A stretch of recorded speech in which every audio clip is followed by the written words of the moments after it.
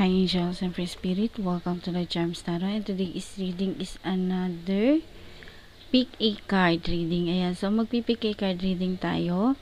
Meron po kayong option na group 1 o pile 1, group 2 or pile 2, group 3 o pile 3. Ayan, so mamimili lang po kayo kung anong gusto nyong file dito, and then yun po yung reading natin. Ang title po natin is ano ang iniisip at totoo ba yung mga sinasabi ng person mo sa'yo. Ayan, o masculine man o feminine, kung sino man yan. Ayan, so yun yung reading natin ngayon at yun yung title natin.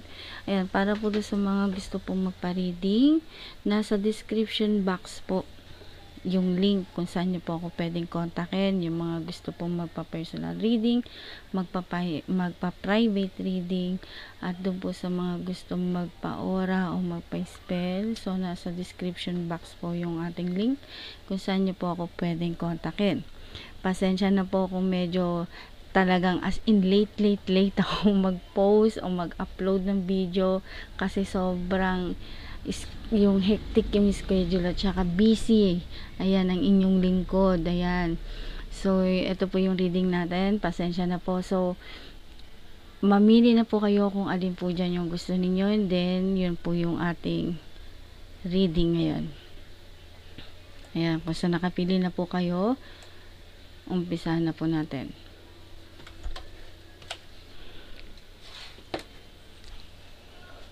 Ayan, so sa group 1 or pile 1, yung mga namili nito, ito po yung inyong reading. Ano yung iniisip? At nagsasabi ba ng totoo sa inyo yung mga person ninyo?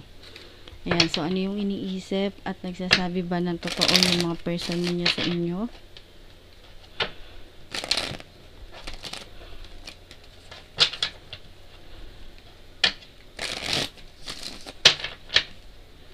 Ano yung situation, challenge, advice, and outcome? Kung ano yung iniisip at nagsasabi ba ng totoo sa inyo yung person ninyo, yung mga person ninyo.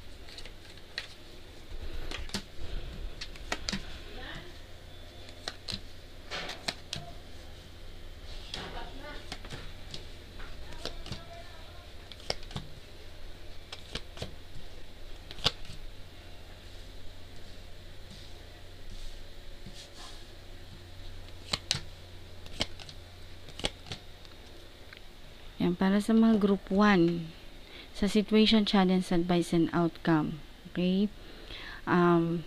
Kung ang tanong ninyo ano yung iniisip at kung nagsasabi ba ng totoo yung person ninyo sa inyo, so eto yung sagot.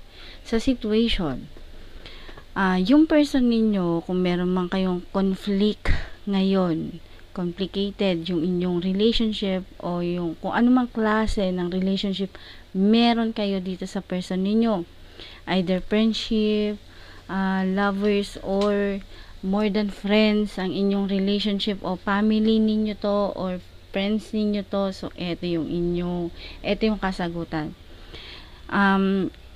Madalas ninyong pinag-aawayan yung attention ng person ninyo sa inyo. Kumbaga, kayo naghahanap ng attention. Itong person ninyo, kumbaga, sa iba siya nakapokus. Ayan, some of you, sa mga group 1.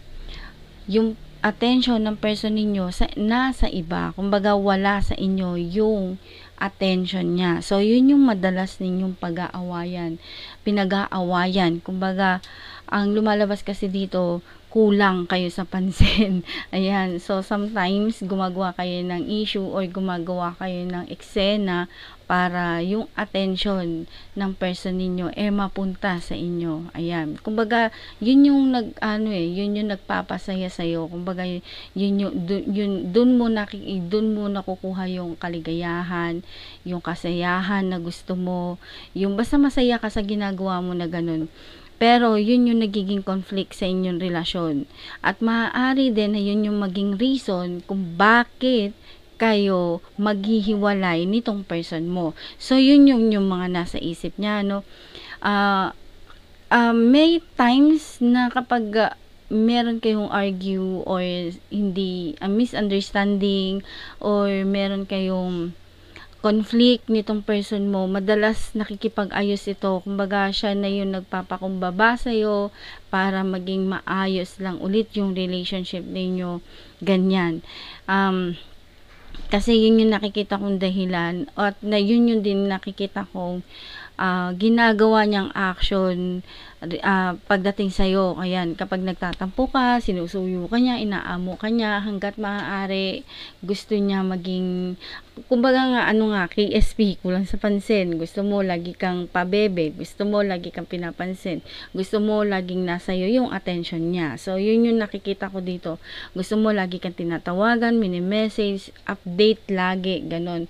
Kumbaga, call and text laging nandiyan. So hindi naman masama, pero wag naman yung sobra-sobra, ganun, okay? So, may limit din, kumbaga, bigyan nyo din ng limitation yung sarili nyo na wag naman yung sobra-sobra na ganun yung mag-request na gusto ninyo 24 hours, 24/7 na nakapokus sa inyo yung person ninyo, okay? So, may possible na yan yung maging dahilan ng paghihiwalay ninyong dalawa, yung pagiging over-controlling or yung pabebe vibe na ganyan. Ayan, so yun yung magiging reason ng paghihiwalay ninyo. So, meron ako nababibe na split up. Kung hindi pa kayo naghihiwalay nitong person mo, baka yan yung maging reason ng paghihiwalay ninyong dalawa. Okay? Pag nagtagal-tagal, mananawa yan sa ganyang eksena ninyo. Yung pabebe type, yung mga ganyan na gusto ninyo lagi kayong pinapansin.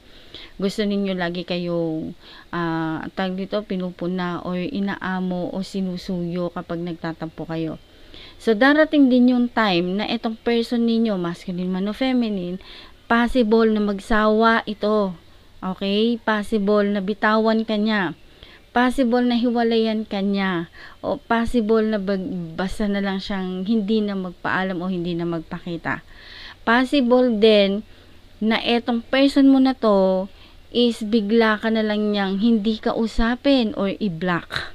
Gets nyo? Kasi nakukulitan siya, nai-stress. Nakukulitan siya sa inyo, nai-stress siya sa inyo. So, yun yung mga possible na pwedeng mangyari. So, yung outcome, eto meron din ako nababibe dito. Eto, honest. Gusto ko maging honest sa reading natin.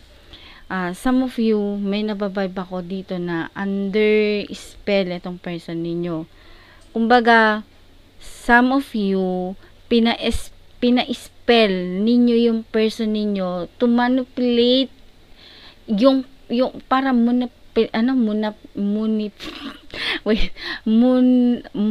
basta minapuli, gusto nyo manapuli, nabubulol na tuloy ako. Gusto nyo kontrolin itong person ninyo, okay? Ayan. Gusto nyo siyang kontrolin. Some of you, sabi ko nga, meron ako nababibe dito na under spell itong person ninyo, masculine man o feminine. Gusto nyo kasi silang kontrolin. Gusto ninyong hawakan sila sa liig, babae man o lalaki. So, yun yung nababibe ko dito. At yun yung totoong nangyayari. Okay?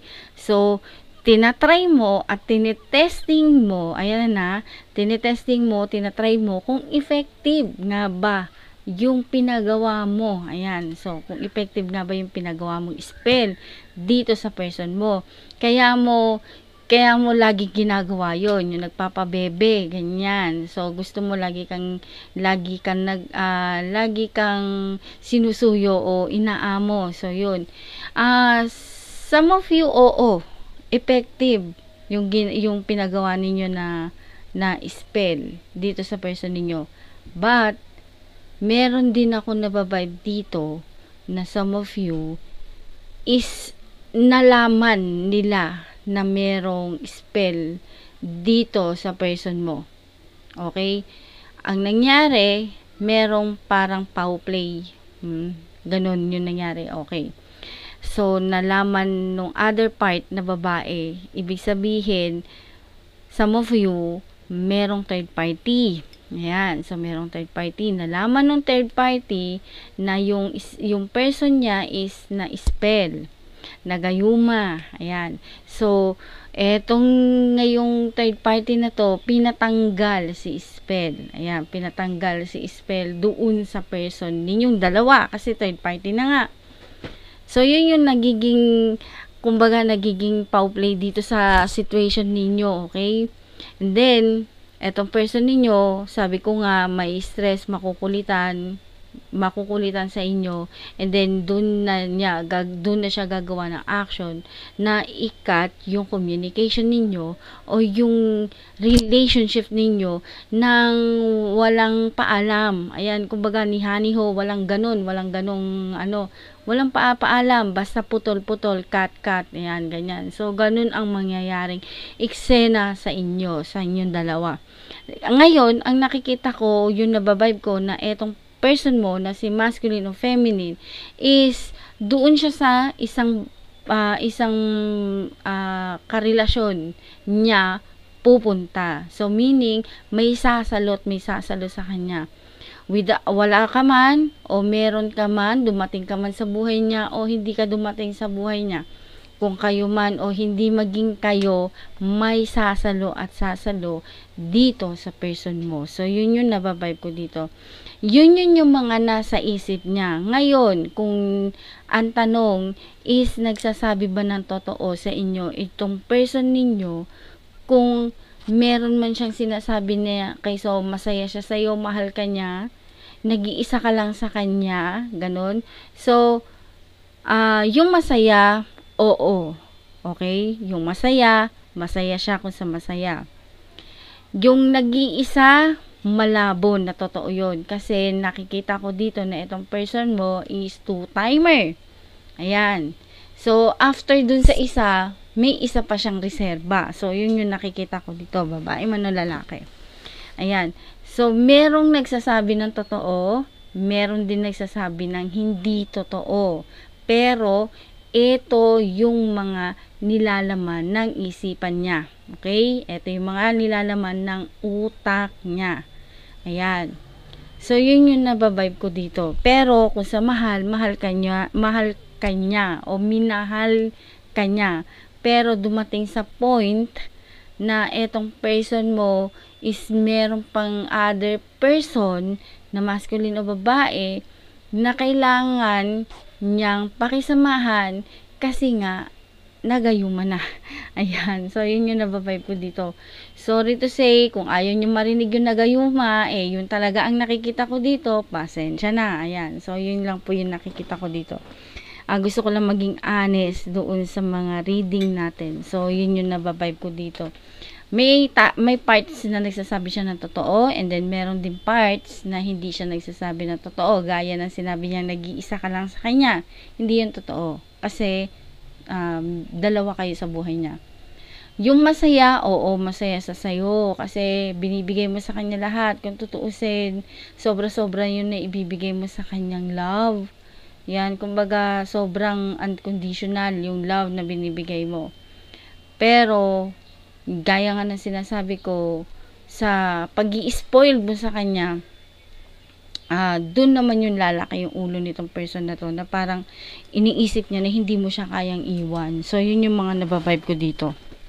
Iniisip niya na hindi mo siya kayang iwan. Yun na mga nakikita ko dito. Pero, ganun pa man, lumalabas din dito yung mga nasa isipan niya, at yung mga nasa isip niya, yun yung mga sinabi ko kanina. Ayan. So, yun lang po. Maraming salamat. At doon pa po sa mga hindi pa po nakasubscribe, please do like, subscribe, and click the bell icon for more updates.